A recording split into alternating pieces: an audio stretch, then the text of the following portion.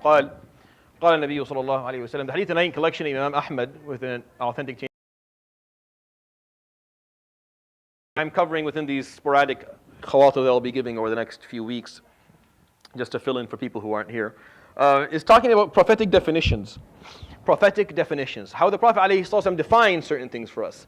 And these definitions, I think, should be standard for us as Muslims. We should always refer to how he defined things. The last hadith I taught, he defined al-kayyis and al-ajiz or al-ahmaq. He defined the functional, intelligent person, who the good person, and the one who is not. He defined them, and we should take those definitions. We should live by them, because that's what he said, alayhi salatu wasalam. He knows best.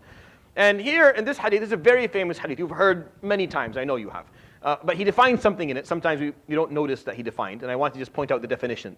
But he says, alayhi salatu wasalam, in this hadith, قَالَ يُوشِكُ أَن تَدَاعَ عَلَيْكُمُ الْأُمَمُ كَمَا تَدَاعَ الْأَكْلَةُ عَلَى قَصْعَتِهَا. There'll come a time where all the nations will basically start, Ya Rasulullah, it's because there's not enough of us, there's only a few people left, so we can't defend ourselves. فَقَالَ السَّيْلِ, there's a lot of you on that day. It's just you're not, you're foam. Just a lot. It's just there's no substance, there's no weight, there's nothing. وَلَا يَقْذِفَنَّ اللَّهُ. This will just be, we'll have no bodybuilders amongst us, no big guys. Weakness, or what wahan means. This is his definition, alayhi salatu wasalam. You may find others based on what they want to live on. I believe his definitions stand above all. And he defined the excessiveness of living, of leisure, of wanting more. It's loving living, loving life to the point where you're willing to sell out, where you're willing to compromise your values just to stay alive, just to keep your standard of living, just to keep your leisure level. You're willing to, you love it so much that you're not willing to give it up. You'll give up your integrity, you'll give up your dignity, you'll give up your values, your principles, your ethics, but not life because you love it so much. There's nothing wrong with loving your life. Life is beautiful. Love is to be loved. Life is to be loved. It's something you should love because it's beautiful. It's Allah subhanahu wa ta'ala's gift to you. How would you not love His gift? It's disrespectful not to love it. But to love it, what he's talking about here, alayhi salatu, is to love it more than you would love al-haqq, or more than doing the right thing. That's the problem. You love life beyond what is acceptable, where you start selling out, where you start, وَلَا تَجِدَنَّهُمْ أَحْرَصَ النَّاسِ عَلَى حَيَاةٍ وَمِنَ الَّذِينَ أَشْرَكُوا. There are people who love life. They'll live any life. Doesn't matter. Good life, bad life, dignified life, humiliated life, worthless life. They don't care. They just need to live. حُبُّ الدُّنْيَا وَكَرَاهِيَةُ الْمَوْتِ. And to hate death. Death is called musibah in the Quran. It's something to be disliked, and we try to avoid it.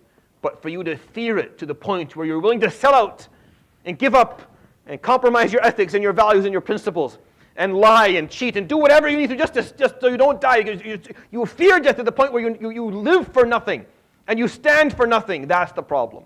When the love of the leisures of life and the fear or the avoidance of death is a priority above all. When that's the only thing that matters, is I live long with leisure and I don't die, and everything else comes next. I don't care. I lie, I cheat, I hurt myself, I harm others, I sell out, I stand by the oppressors, I give up my values.